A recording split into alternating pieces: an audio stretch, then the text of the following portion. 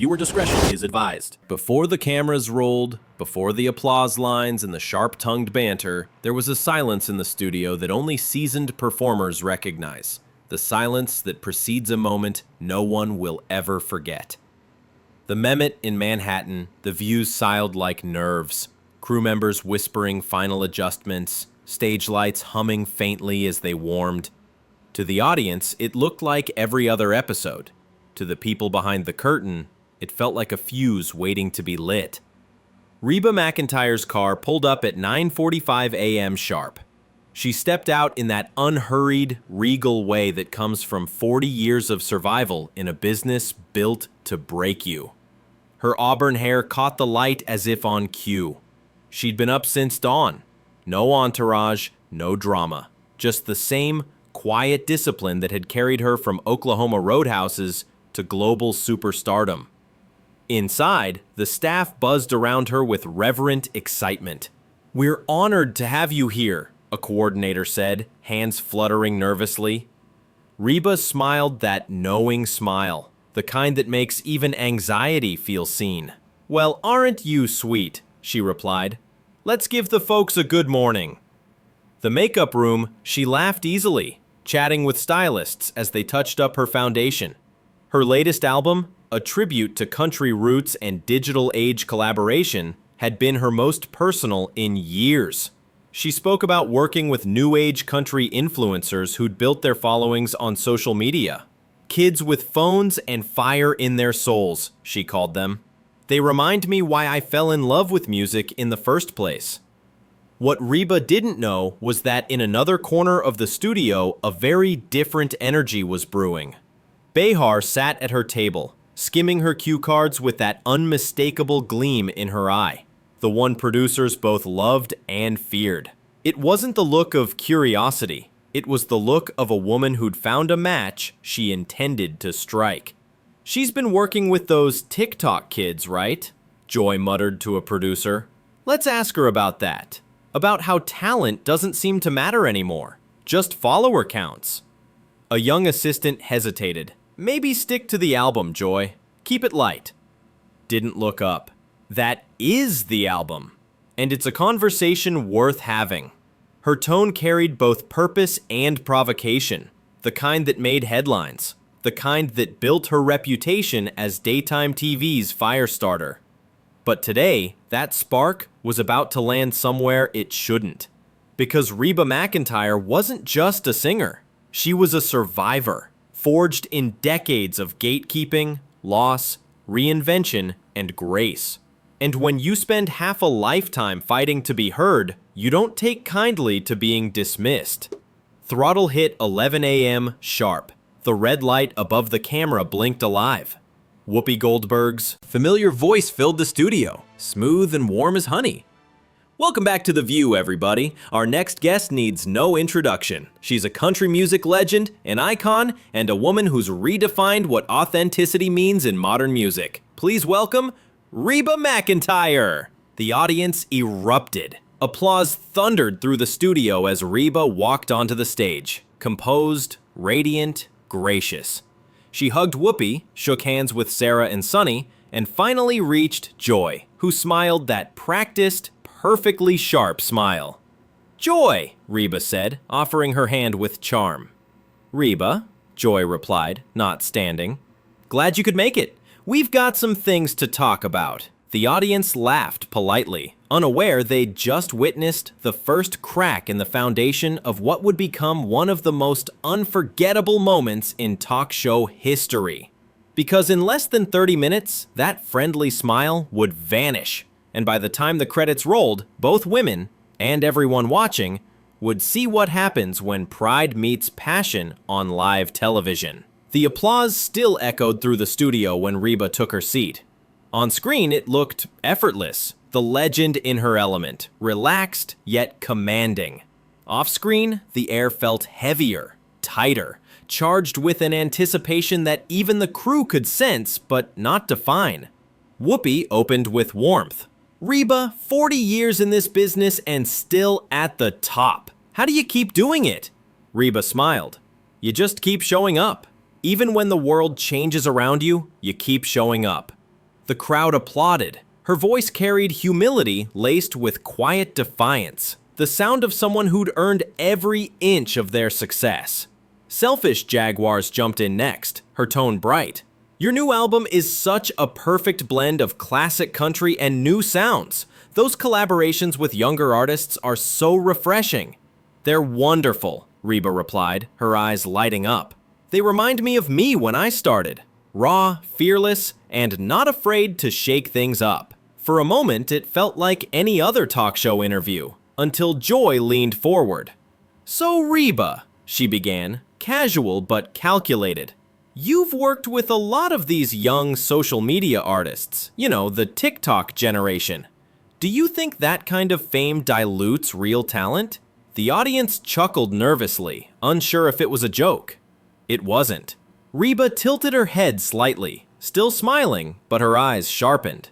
I think talent finds its own way, Joy. The platforms change, but heart, that stays the same. Press on, that trademark smirk curling at the edges. Sure, but doesn't it bother you? I mean, anyone with a ring light and an auto-tune app can call themselves a musician now. Whoopi's eyebrows lifted, a subtle glance, one she used when she knew someone had just crossed the invisible line between curiosity and condescension. Reba's voice lowered, calm but steely. Joy, I've met some of those so-called ring light musicians. They work harder than most people realize. Writing, producing, connecting with millions of people, it's not easy. Joy laughed lightly, waving her hand. Come on, Reba, you can't compare a kid lip-syncing on TikTok to you playing to sold-out arenas. That's not music, that's marketing. Simmons' The Studio fell quiet. Simmons' Reba leaned forward slightly, her southern drawl turning razor-sharp. Joy, I've heard people say the same thing about comedy on the internet, that it's not real unless you're standing on a stage. But I've seen creators online make people laugh, cry, and think. And isn't that what art's supposed to do? Oppressed. The crowd reacted audibly. That unmistakable ripple of, oh, that sweeps through when someone lands a verbal punch cleanly. Joy's jaw tightened. She wasn't used to being challenged this directly. Well, I just think paying your dues matters, she said, voice cooler now. You and I had to work for it. These kids, they get lucky overnight. Reba's laugh was soft, but the kind that chills a room. Paying dues, huh? Her tone turned almost storytelling. When I was 16, I played for truckers in smoky bars who didn't know my name. I drove across states in cars that barely started. I sang for 10 people some nights, and you know what I see now? Those same dues being paid in different ways. In long nights writing, editing, creating, fighting algorithms instead of bar smoke. The audience erupted in applause. Joy's smile faltered, but she wasn't finished. Still, Joy said, leaning back, there's a difference between building a legacy and chasing a trend. And just like that, the warmth evaporated.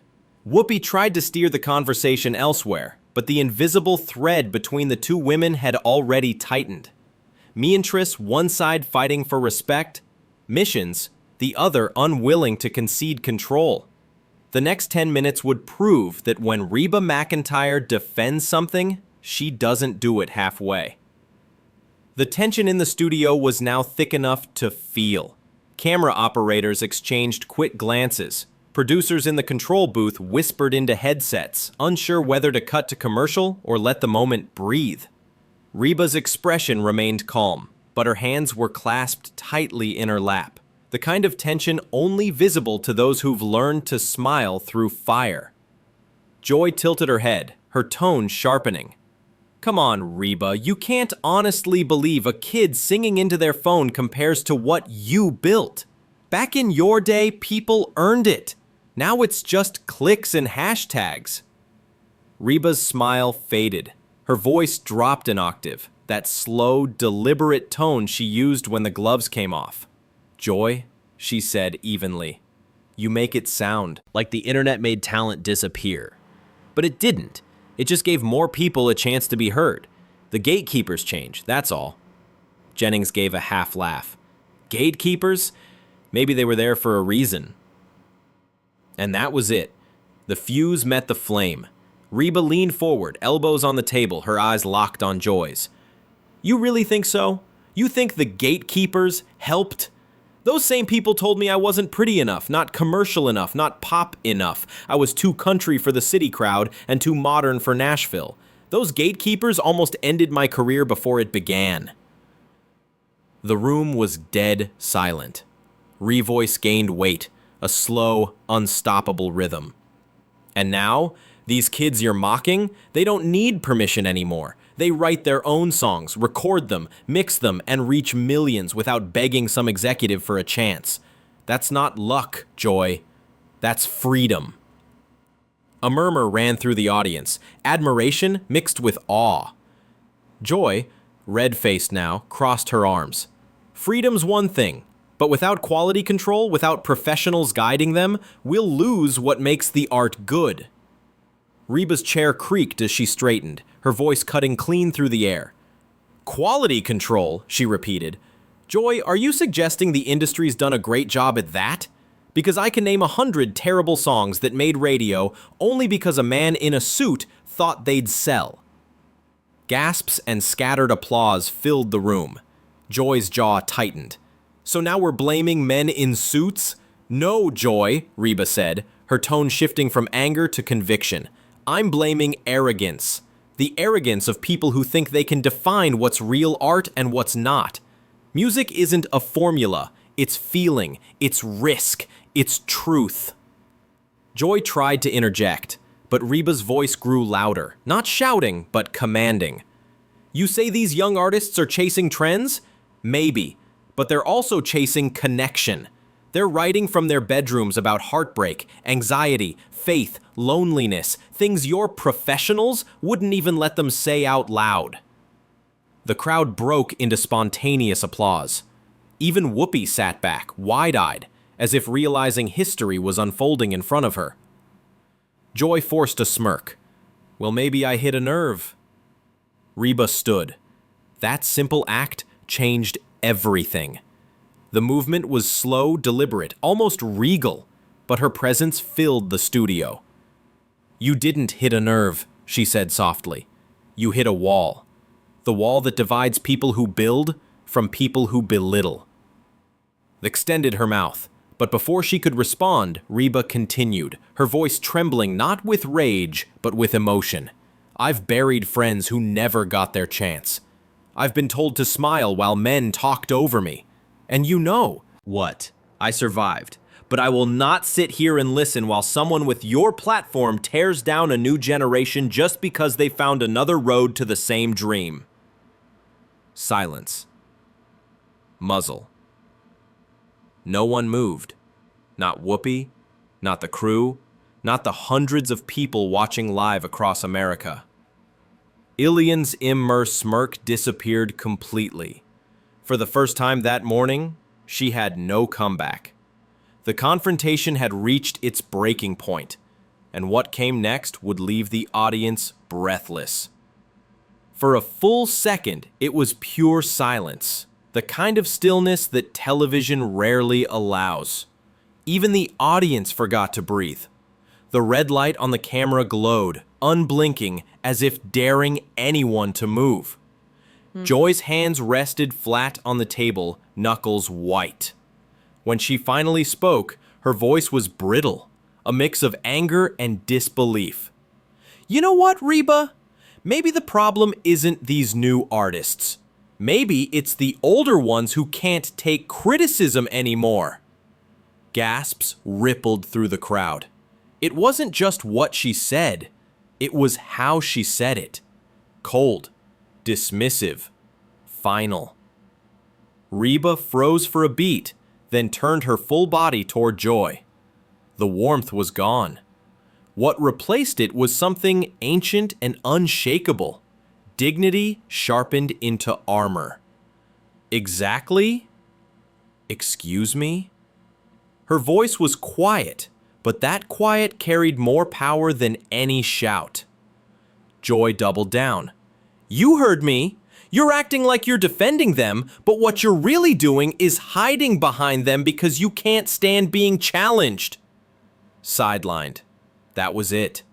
Salmon had been struck, threatened, and now the fire leapt. Reba rose slowly, her chair scraping against the floor, the sound slicing through the silence. The entire room seemed to contract, every eye fixed on her. Joy Behar, she said, steady and clear. I've spent my life being challenged. By record labels, by critics, by people who said women like me had no business being here. I've been told I'm too country, too outspoken, too old. And I kept going. So don't you ever suggest that I can't handle criticism. Joy blinked, stunned. The studio lights gleamed in Reba's eyes, twin reflections of fury and heartbreak. You think criticism is saying something cruel and calling it truth? Reba continued. That's not criticism, Joy. That's laziness. That's ego dressed up as honesty. The air was electric now. Even the cameras seemed to lean closer. I've been criticized by people who wanted to destroy me, she said, and I've been lifted by people who challenged me to be better. I know the difference. You weren't challenging me. You were mocking everyone who dares to dream in a different way than you did. Joy tried to look away, but Reba's gaze held her in place. Those kids you dismissed? They're fighting their own wars. They're writing about heartbreak while the world calls them irrelevant. They're building communities where there used to be walls. And while you're sitting here calling them lucky, they're changing lives. One song, one video, one post at a time. The audience erupted in applause. Loud, sustained, raw. Zimmerman's face had gone pale, her confidence draining away under the weight of truth. And then, something unexpected. Joy slammed her palm on the desk. The sound cracked like thunder. Fine, she snapped. Maybe I was wrong. Maybe I came at this the wrong way. But you don't get to sit here and act like I'm the villain for asking questions. Reba didn't flinch. Her voice softened, but her words hit harder than ever. You're not the villain, Joy. You're just proof that even smart people forget how to listen. For a moment, time seemed to stop. Then Joy's shoulders sagged. The mask of defiance slipped. The emotion she'd been holding back, pride, guilt, confusion, flickered to the surface. And in that instant, something shifted. Reba didn't gloat, didn't smirk, didn't deliver a finishing line for the cameras. Instead, she simply stood there, breathing steady, eyes kind again, as if to say, this was never about winning. It was about respect. And that realization, that word, respect, hung between them like the first note of a song waiting to resolve. Whoopi finally spoke, her voice low and reverent. Ladies, this right here, this is the conversation. This is why people watch. But the moment wasn't over, because what happened next would transform confrontation into catharsis. For a few seconds, no one dared to speak. The studio lights seemed softer now, the edges of the confrontation dissolving into something more human, more fragile. Joy exhaled slowly, her eyes lowering to the table. When she finally looked back up at Reba, her voice was smaller, stripped of its armor. She said, I came in here swinging. I wanted a headline, not a conversation. The audience was silent, the kind of silence that means everyone's listening. I've spent years, Joy continued, talking about fairness, about giving people a voice. But somewhere along the way, I started using mine to shout instead of listen. I thought I was defending real art, when really, I was defending my own ego. Reba, still standing, tilted her head, that sharpness in her eyes now replaced by compassion. Takes a lot to admit that, she said quietly. Joy gave a rueful laugh. Yeah, well, I'm realizing I've been punching down instead of up. You called it arrogance. I think it's fear. Fear of being irrelevant in a world that doesn't look or sound like it used to. Her words hung in the air, raw and unguarded. And for the first time, Reba sat back down, not as a rebuttal, but as an act of grace. You know something, Joy? She said softly. I get that fear. Every artist who's ever lived has felt it. The world changes faster than we do, but maybe that's not something to fight. Maybe it's something to learn from. Joy's eyes glistened. I owe you an apology, and to every young artist I've rolled my eyes at. I judged what I didn't understand. Stirred, touched. Then, unexpectedly, Joy let out a small, trembling laugh. My daughter's been trying to get me to listen to some of those so-called TikTok singers. I always tell her, turn that noise off. But the truth is, some of those kids write lyrics that cut deep. I just didn't want to admit it. Reba smiled, the first genuine smile since the segment began. That's because they're telling the same stories we've always told, just in their own language. Love, loss, hope, those don't go out of style. Whoopi leaned forward, eyes warm. Now this is the View at its best. Two people disagree, dig deep, and actually listen. Joy turned toward the camera, voice trembling but resolute. For those watching at home, I was wrong. About the music, about the people making it, and about what it means to stay relevant. I forgot that art isn't about control. It's about connection. And I'm grateful to be reminded. Sheriff nodded, her tone gentle but firm. And I learned something too. Sometimes the best way to defend your craft isn't by shouting louder. It's by opening a door for someone who hasn't walked through it yet. A soft applause began, hesitant at first, then rising, until the entire studio was standing. Joy wiped a tear and laughed. You know, Reba, I haven't been humbled like that since my mother caught me lying about doing homework in 1960. Reba chuckled. Well, maybe next time we can just argue about biscuits instead of the music industry. Laughter rippled through the room. The tension was gone now, replaced with something rare and precious. Mutual respect. The segment began to wrap, but the cameras caught one final moment. Joy leaning toward Reba, phone in hand, taking notes as Reba whispered names of young artists to check out. Two women from different worlds, finding common ground in the one language that transcends every generation. Music. As the closing theme played and the credits rolled, the narrator's voice carried the final truth home. Sometimes the most powerful moments on television aren't when people tear each other apart, but when they're brave enough to admit they were wrong, humble enough to learn, and strong enough to change. That morning, a country legend defended the soul of her art, and a talk show icon rediscovered the heart of her own voice. And together, they reminded millions watching that respect, once lost, can always be rebuilt. Princess, someone's willing to truly listen.